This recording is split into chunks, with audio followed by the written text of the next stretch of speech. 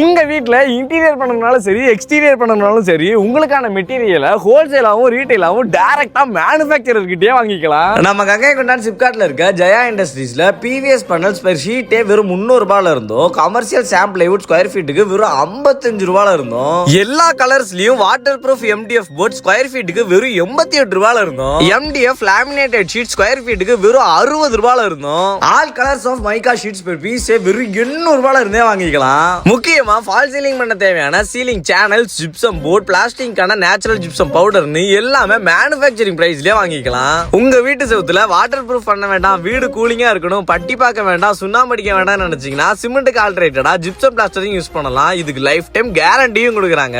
ஏன்னா இதை இவங்களே மேனுஃபேக்சரிங் பண்றதுனால யாராலையும் பீட் பண்ண முடியாத அளவுக்கு குவாலிட்டியும் பிரைஸும் பெஸ்டா கொடுக்கறது மட்டும் இல்லாம இவங்களே லேபர்ஸ் வச்சு பூசியும் கொடுத்துறாங்க.